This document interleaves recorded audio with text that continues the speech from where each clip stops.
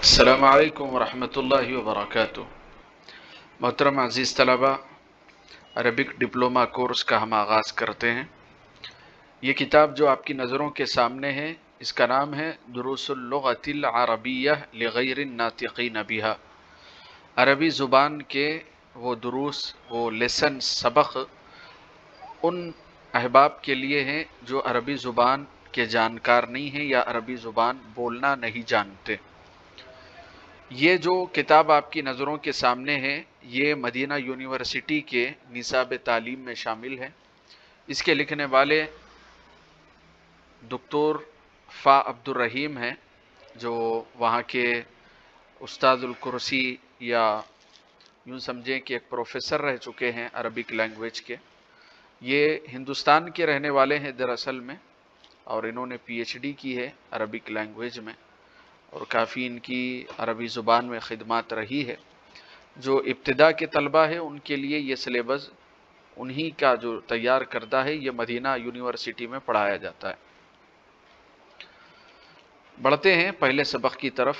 الدرس الاول، پہلا سبق یہ ھذا کے بارے میں ہے۔ یہاں دیکھیں آپ، جو ہیڈ لائن ہے ھذا، جس کو آپ انگریزی زبان میں دس سے ٹرانسلیشن کر سکتے ہیں۔ دس، جس کو ہم اردو میں یہ کہتے ہیں۔ ھذا کسی قریب کی چیز کی طرف اشارہ کرنے کے لیے اس کا استعمال ہوتا ہے۔ ھذا دس۔ تو یہاں تصویر پر دیکھیں آپ، ھذا بیت، یہ ایک گھر ہے۔ ھذا مسجد، یہ ایک مسجد ہے۔ ھذا باب، یہ ایک دروازہ ہے۔ ھذا کتاب، یہ ایک کتاب ہے۔ ھذا قلم، یہ ایک پین ہے۔ ھذا مفتاح، یہ ایک چابی ہے۔ ھذا مکتب، یہ ایک ٹیبل ہے۔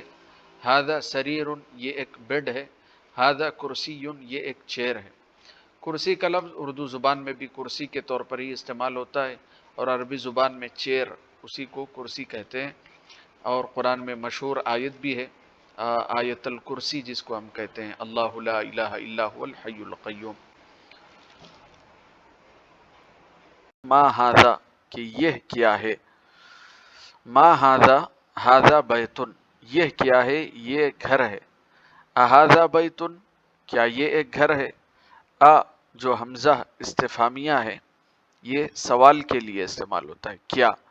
اھذا بیت، کیا یہ ایک گھر ہے۔ نعم ھذا بیت، ہاں یہ ایک گھر ہے۔ جیسے ما سوال کے لیے استعمال ہوتا ہے، ویسے یہ بھی سوال کے لیے استعمال ہوتا ہے۔ ما ھذا، یہ کیا ہے۔ ھذا قمیص، یہ قمیص ہے، شرٹ ہے۔ اھذا سریر، کیا یہ ایک پلنگ ہے، بیڈ ہے۔ لا ھذا کرسی، نہیں یہ ایک کرسی ہے، چیئر ہے۔ عربی زبان میں نعم کا لفظ یس، ہاں کے لیے استعمال ہوتا ہے، اور لام الف لا، لا نو، منفی جواب نہیں کے معنی میں استعمال ہوتا ہے۔ اھذا مفتاح، کیا یہ ایک کنجی ہے۔ لا نہیں، ھذا قلم، یہ ایک پین ہے۔ ما ھذا، یہ کیا ہے۔ ھذا نجم، یہ ایک ستارہ ہے۔ قرآن میں سورہ بھی ہے، سورۃ النجم کے نام سے، والنجم اذا ھوا۔ اللہ رب العالمین نے قرآن کریم میں بہت تفصیل کے ساتھ جگہ جگہ مقامات پر نجم کا لفظ استعمال کیا ہے۔ نجم کی جو جمع ہے، پلورل ہے، وہ نجوم آتی ہے، ستارے۔ اس کے بعد آپ آگے بڑھیں، دیکھیں کہ تمرین نمبر 1۔ تمرین کا معنی ہوتا ہے عربی زبان میں ایکسرسائز، جس کو آپ اردو میں مشق بھی کہتے ہیں۔ تو اب یہاں پہ تصویروں کو دیکھتے ہوئے عربی زبان میں آپ کو جواب دینا ہے۔ ما ھذا، یہ کیا ہے۔ تو آپ دیکھیں، آپ نے اوپر پڑھا، چابی کو مفتاح کہتے ہیں، تو آپ کا جواب ہوگا ھذا مفتاح، یہ ایک چابی ہے۔ اسی طریقے سے یہ کیا ہے، ھذا کتاب، یہ ایک کتاب ہے۔ پھر تیسرے نمبر پر دیکھیں، ما ھذا، یہ کیا ہے، ھذا قلم، یہ ایک پین ہے۔ پھر اسی طریقے سے چوتھے نمبر پر، ما ھذا، یہ کیا ہے، ھذا باب، یہ دروازہ ہے۔ ما ھذا، یہ کیا ہے، ھذا بیت، یہ گھر ہے۔ بیت کا لفظ گھر کے لیے، ہاؤس کے لیے استعمال ہوتا ہے، جیسے آپ خانہ کعبہ کو بیت اللہ کہتے ہیں، تو بیت کیا ہے؟ گھر، اللہ کا گھر۔ تو مسجد اللہ کا گھر ہے، خانہ کعبہ ایک مسجد ہے، تو بیت اللہ اللہ کا گھر کہتے ہیں اس کو۔ تو بیت کا جو لفظ ہے یہ گھر کے لیے مستعمل ہوتا ہے۔ ما ھذا، آخر میں دیکھیں صفحہ پر، یہ کیا ہے؟ ھذا کرسی، یہ ایک کرسی ہے۔ جیسے آپ اردو میں کرسی، چیئر کو کرسی کہتے ہیں، ویسے عربی زبان میں بھی کرسی کو کرسی ہی کہتے ہیں، چیئر۔ قرآن کریم میں بہت ہی مشہور اور سب سے بڑی جو آیت ہے وہ ہے آیت الکرسی، یعنی کہ اللہ رب العالمین کی شان کے مطابق جو کرسی ہے اس کا ذکر کیا گیا ہے، قرآن میں یہ لفظ استعمال ہوا ہے، وسع کرسیہ السماوات والارض، کہ اللہ تعالیٰ کی جو کرسی ہے وہ آسمان و زمین کو کشادہ ہے۔ آگے بڑھتے ہیں تمرین نمبر 2 کی طرف۔ سوال ہو رہا ہے اھذا بیتن، کیا یہ ایک گھر ہے؟ تو آپ دیکھیں ظاہر سی بات ہے، تصویر میں یہ گھر تو ہے نہیں، یہ مسجد ہے، تو آپ پہلے نفی، انکار کریں گے، نہیں، لا، ھذا مسجد، نہیں، یہ گھر نہیں ہے، ھذا مسجد، یہ مسجد ہے۔ اھذا مفتاح، کیا یہ ایک چابی ہے؟ لا، نہیں، ھذا قلم، یہ ایک پین ہے۔ اھذا قمیص، کیا یہ ایک شرٹ ہے؟ جواب مثبت ہے، نعم، ہاں، ھذا قمیص، یہ ایک شرٹ ہے۔ اھذا نجم، کیا یہ ایک ستارہ ہے؟ تو جواب مثبت ہے، پازیٹیو ہے، نعم، ہاں، ھذا نجم، یہ ایک ستارہ ہے۔ تمرین نمبر 3 مشق کے طور پر آپ اسے اپنی نوٹ بک میں لکھیں، پھر کیونکہ یہ ضروری ہے کہ آپ کو لکھنے کی بھی مشق ہو، لکھنا بہت زیادہ ضروری ہے۔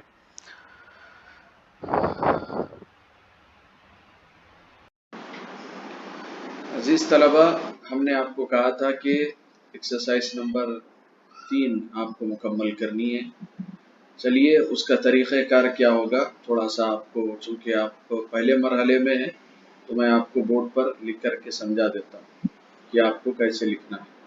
یہ ہے تمرین نمبر 3، یہ دیکھیں، آپ کی کتاب میں دیکھیں، تمرین نمبر 3، ٹھیک ہے۔ تو تمرین نمبر 3 میں آپ کو کیسے اس کو پریکٹس کرنا ہے، کیونکہ لکھنا بھی ضروری ہے، لکھنے سے بھی آدمی بہت جلدی سیکھتا ہے، چاہے وہ کون سی بھی زبان ہو۔ دیکھیں آپ، پہلا لفظ لکھا ہوا ہے ھذا مکتب، ھذا مکتب، ٹھیک ہے۔ پھر اس کے بعد لکھا ہوا ہے ھذا مسجد، جی۔ پھر اخیر میں لکھا ہوا ہے، آپ دیکھیں فرسٹ لائن کا جو تھرڈ ورڈ ہے تمرین نمبر 3 میں، ھذا قلم۔ اب بہت آسان سی چیز ہے، آپ کو اس کے بازو میں جو ہے اس کا ٹرانسلیشن لکھ دینا ہے کہ یہ ٹیبل ہے، یہ ٹیبل ہے۔ پھر اس کے بازو میں ہے ھذا مسجد، مسجد کو تو مسجد ہی کہتے ہیں، یہ مسجد ہے۔ اور تیسرا ہے یہ قلم ہے، قلم یعنی کہ پین، یہ قلم ہے۔ تو ایسے کر کے آپ پورا سا مکمل کر لیں تمرین نمبر 3 کو۔ پہلے درس میں زیادہ تر جو بات ہوئی تھی وہ ما ھذا کے تعلق سے تھی، جس کو آپ کہتے ہیں کہ واٹ از دس، لیکن اب یہاں سے آغاز ہو رہا ہے من ھذا، ہو از دس، کہ یہ کون ہے۔ عربی زبان میں ما کا جو لفظ ہے وہ استعمال ہوتا ہے واٹ، کیا کے لیے، اور من کا جو لفظ ہے وہ کون کے لیے استعمال ہوتا ہے۔ من ھذا، یہ کون ہے۔ تو آئیں آپ پہلے پکچر کی طرف دیکھیں، غور کریں۔ یہ تصویر میں انڈیکیٹ بھی کرتے ہیں تاکہ آپ کو لفظ کا معنی پہچاننے میں آسانی ہو۔ تو پہلا سوال ہے من ہاذا، یہ کون ہے؟ ہاذا طبیبن، یہ ایک ڈاکٹر ہے۔ من ہاذا، یہ کون ہے؟ جو سائیڈ میں جو دوسری تصویر ہے اس کی طرف دیکھیں۔ من ہاذا، یہ کون ہے؟ ہاذا ولدن، یہ ایک لڑکا ہے۔ ولد کا لفظ بوائے، لڑکے کے لیے استعمال ہوتا ہے، اور اس کا اپوزٹ ورڈ عربک زبان میں بنت یعنی کہ گرل، لڑکی کے لیے استعمال ہوتا ہے۔ اردو زبان میں بہت سے لوگ جو اپنا نام لکھتے ہیں تو وہ نام لکھتے ہیں عبداللہ ولد عبد الرحمن، ٹھیک ہے، کہ عبداللہ یہ لڑکا ہے عبد الرحمن کا۔ یہیں سے لفظ والد بھی ہے، والد، والد باپ کو کہتے ہیں، ولد لڑکے کو کہتے ہیں۔ آگے بڑھتے ہیں۔ من ہاذا، یہ کون ہے؟ ہاذا طالبن، یہ ایک طالب علم ہے۔ طالب، طالب علم کے لیے استعمال ہوتا ہے، اردو زبان میں بھی ہم استعمال کرتے ہیں طالب علم، علم کا طلب کرنے والا، اسٹوڈنٹ۔ اہذا ولدن، کیا یہ ایک لڑکا ہے؟ لا ہاذا رجل، نہیں یہ ایک آدمی ہے۔ رجل مین کے لیے استعمال ہوتا ہے، اور جیسے ہم نے کہا ولد بوائے، لڑکے کے لیے استعمال ہوتا ہے۔ اس کے بعد آگے بڑھتے ہیں دوسرے صفحے کی طرف۔ ما ہاذا، اب یہاں پر دونوں کا استعمال ہوا ہے، من کا بھی اور ما کا بھی، اس ڈیفرنس کو آپ سمجھیں۔ ما ہاذا یعنی کہ ما جو چیز غیر جاندار ہے، جس میں روح نہیں ہے، جان نہیں ہے، تو اس کے لیے ما کا لفظ استعمال کرتے ہیں۔ جیسے ما ہاذا، یہ کیا ہے؟ ہاذا مسجد، یہ ایک مسجد ہے۔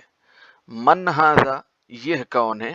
ہاذا تاجر، یہ ایک تاجر ہے۔ تاجر یہ اردو زبان میں بھی استعمال ہوتا ہے کہ فلاں شخص بڑا تاجر ہے، بزنس مین کے لیے تاجر کا لفظ استعمال ہوتا ہے، اور اردو میں جو تجارت کا لفظ ہم استعمال کرتے ہیں اسی سے یہ تاجر تجارت ہے، کاروبار کرنا۔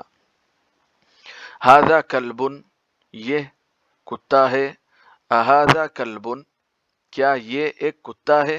اس طرف، اس تصویر کی طرف سوال ہے۔ اہذا کلبن، کیا یہ ایک کتا ہے؟ آپ تصویر پر غور کریں گے تو آپ کو معلوم ہوگا۔ لا ہاذا قط، نہیں یہ تو ایک بلی ہے۔ قط کا لفظ بلی کے لیے استعمال ہوتا ہے۔ ہاذا حمار، یہ گدھا ہے۔ قرآن کریم میں اللہ رب العالمین نے ذکر فرمایا ان انکر الاصوات لصوت الحمیر، اللہ تعالیٰ کو سب سے زیادہ ناپسندیدہ آواز ہے تو گدھے کی آواز ہے، بہت زیادہ چیختا ہے، چلاتا ہے۔ تو حمیر اور حمار ایک ہی لفظ ہے، گدھے کے لیے استعمال ہوتا ہے، ڈونکی۔ اہذا حمار، پھر اس تصویر کی طرف نشاندہی ہو رہی ہے، کیا یہ ایک گدھا ہے؟ تو ظاہر سی بات ہے، تصویر میں آپ دیکھیں گے تو پتہ چل جائے گا آپ کو۔ لا ھذا حصان، نہیں یہ ایک گھوڑا ہے۔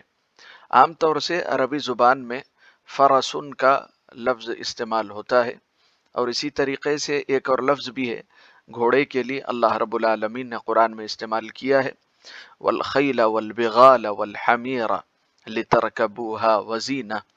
خیل، خا یا لام، خیل گھوڑا، والبغال خچر، والحمیر گدھا، اللہ نے اس لیے بنائے ہیں تاکہ تم ان کی سواری کرو۔ تو یہ اللہ تعالیٰ نے خیل کا لفظ استعمال کیا ہے۔ عربی زبان میں مختلف الفاظ استعمال ہوتے ہیں، فرس، حصان، خیل، یہ سب ایک ہی معنی میں ہے، گھوڑے کے۔ اس کے بعد صفحہ نمبر 10 کے آخر میں آپ دیکھیں جو تصویر ہے، وما ھذا، یہ کیا ہے؟ ھذا جمل، یہ ایک اونٹ ہے۔ جمل، کیمل، اونٹ کا لفظ استعمال ہوتا ہے جمل کے لیے، اور آپ جانتے ہیں کہ مڈل ایسٹ میں، عربوں میں ایک طریقے سے آپ کہہ سکتے ہیں کہ ایک نیشنل اینیمل ہے، ان کے کلچر کی، عربوں کے کلچر کی ایک پہچان ہے۔ کہ وہاں پر اونٹوں کو وافر مقدار میں رکھتے ہیں، پائے جاتے ہیں اونٹ وہاں پہ، تو جمل کا لفظ استعمال ہوتا ہے، اور ابلن کا لفظ بھی استعمال ہوتا ہے اونٹ کے لیے۔ آگے بڑھتے ہیں، یہ دیکھیں تصویر کی طرف، ما ہاذا، یہ کیا ہے، ہاذا دیکن، یہ مرغا ہے، مرغا مرغی دو بھی طریقے سے روسٹر آپ کہہ سکتے ہیں دیکن کا لفظ۔ اور اللہ کے رسول صلی اللہ علیہ وسلم نے اپنی حدیث میں ذکر فرمایا ہے کہ یہ جو دیک ہے یہ تمہیں فجر کی نماز کے لیے آواز دیتا ہے، تو دیکن کا لفظ حدیث میں استعمال ہوا ہے۔ صبح صبح ہم آواز سنتے ہیں تو اسی مرغا مرغی کی آوازیں سنتے ہیں۔ من ہاذا، یہ کون ہے، بورڈ پر مدرس پڑھا رہے ہیں، تو دیکھیں ہاذا مدرسن، یہ ٹیچر ہیں، یہ استاد ہیں۔ مختلف الفاظ استعمال ہوتے ہیں، جیسے ٹیچر کے لیے شیخ کا لفظ بھی استعمال ہوتا ہے، استاد کا لفظ بھی استعمال ہوتا ہے، معلم کا لفظ بھی استعمال ہوتا ہے، مدرس کا لفظ بھی استعمال ہوتا ہے، سب کا معنی ایک ہی ہے، کلہم فی معنی واحد، ایک ہی معنی ہے استاد۔ اہذا قمیصن، کیا یہ ایک قمیص ہے، شرٹ ہے، لا ھذا مندیل، نہیں یہ ایک ہینڈ کرچیف ہے۔ رومال بھی کہہ سکتے ہیں آپ اس کو، مندیل بڑا رومال، یا پھر ہینڈ کرچیف دستی جو ہم استعمال کرتے ہیں۔ تو یہ نئے اور جدید الفاظ آپ کو اس درس میں ذکر کیے گئے، من کا جو درس آپ نے پڑھا ہے۔